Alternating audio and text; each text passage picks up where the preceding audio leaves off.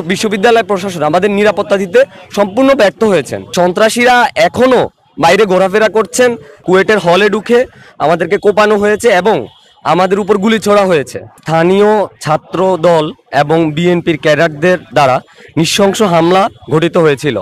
ওই হামলার মধ্যে আমাদের উপর হলে ঢুকে কুয়েটের হলে ঢুকে আমাদেরকে কোপানো হয়েছে এবং আমাদের উপর গুলি ছোড়া হয়েছে। আমরা ভিডিও ফুটেজ সব সংগ্রহ করেছি। আমরা আমাদের প্রশাসনের কাছে দাবি জানিয়েছিলাম যে শুরুতে প্রশাসন আমাদের নিরাপত্তা দিতে ব্যর্থ হয়েছিলেন। ক্যান্টনমেন্ট আমাদের থেকে মাত্র 10 মিনিটের দূরে ছিল, কিন্তু আমাদের ক্যাম্পাসে ঢুকে আক্রমণ করার 4 ঘন্টা পর আর্মি এসেছিল এবং ক্যাম্পাসের বাইরে ছিল। তো এই 4 ঘন্টার মধ্যে বহিরাগত সন্ত্রাসীরা এসে আমাদের 160 জনের অধিক ছাত্রকে আহত করেছেন, কুপিয়ে গুলি ছুড়ে নানাভাবে আহত করেছেন এবং আমাদের বিশ্ববিদ্যালয় প্রশাসন আমাদের নিরাপত্তা দিতে সম্পূর্ণ ব্যর্থ হয়েছেন।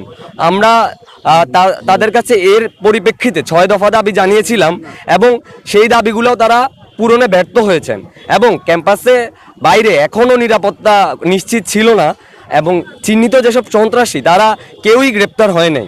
তো আমরা শিক্ষার্থীরা ক্যাম্পাসে যেহেতু 6 দফা দাবি পূরণ হয় নাই এবং আমাদের নিরাপত্তা নিশ্চিত ছিল না, এই জন্য আমরা আমাদের প্রশাসনকে বর্জন করে আমরা প্রধান উপদেষ্টা বরাবর দাবি জানিয়েছিলাম যে আমাদের নতুন প্রশাসন দেওয়ার এবং যেসব চিহ্নিত সন্ত্রাসী রয়েছে ওদেরকে গ্রেফতার করার। যেহেতু বিশ্ববিদ্যালয় প্রশাসন আমাদের অভিভাবক এবং বর্তমানে বিশ্ববিদ্যালয় প্রশাসন ব্যর্থ এবং তারা কোনোভাবে ফাংশন করছে না, তো আমরা আমাদের প্রধান উপদেষ্টার নিকট দাবি জানিয়েছি যে আমাদের অতি শীঘ্রই নতুন প্রশাসন নিয়োগ করে আমাদেরকে যাতে আমরা শিক্ষা কার্যক্রমে ফেরত আসতে পারি, একটা দাবি। এবং দ্বিতীয় দাবি ছিল যে সন্ত্রাসীরা এখনো বাইরে ঘোরাফেরা করছেন, যে কোনো সময় আমাদের শিক্ষার্থীদের উপরে বিভিন্ন কারণে তারা হামলা করতে পারেন এবং আমরা সেফ ফিল করি না।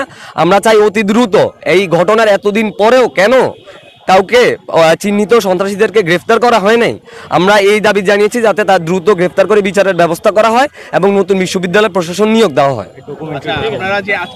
আমাদের প্রধান উপদেষ্টার উপর বিশ্বাস রেখে তাকে আমরা কিছু সময় দিতে চাই এবং আমরা বিশ্বাস করি তিনি আমাদের কথা শুনবেন।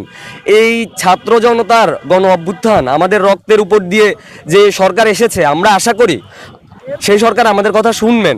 যদি তারপর না শোনা হয় আমরা পরবর্তী কর্মসূচি জানিয়ে দিব এবং আমরা 15 তারিখেও কুয়েটের শিক্ষার্থীরা ঢাকা বিশ্ববিদ্যালয়ে এসে আমাদের 15ই জুলাই আমরা অনেকে আহত হয়েছি, আমি নিজে আহত হয়েছি। আমি এই শহীদ মিনারে আবার এসেছিলাম যে 15 জুলাই এসেছি, আজকে আবার আসতে হয়েছে বিচারের দাবি নিয়ে। তো যেহেতু আমরা বিশ্বাস করি এই সরকার আমাদের প্রতিনিধি, তারা আমাদের কথা শুনবেন, আমাদের দাবি মানবেন। সংবাদ, ফিচার ও অনুষ্ঠানের জন্য ভিজিট করুন সংবাদ প্রকাশের ওয়েবসাইট এবং যুক্ত থাকুন ফেসবুক পেজ ও ইউটিউব চ্যানেলের সঙ্গে।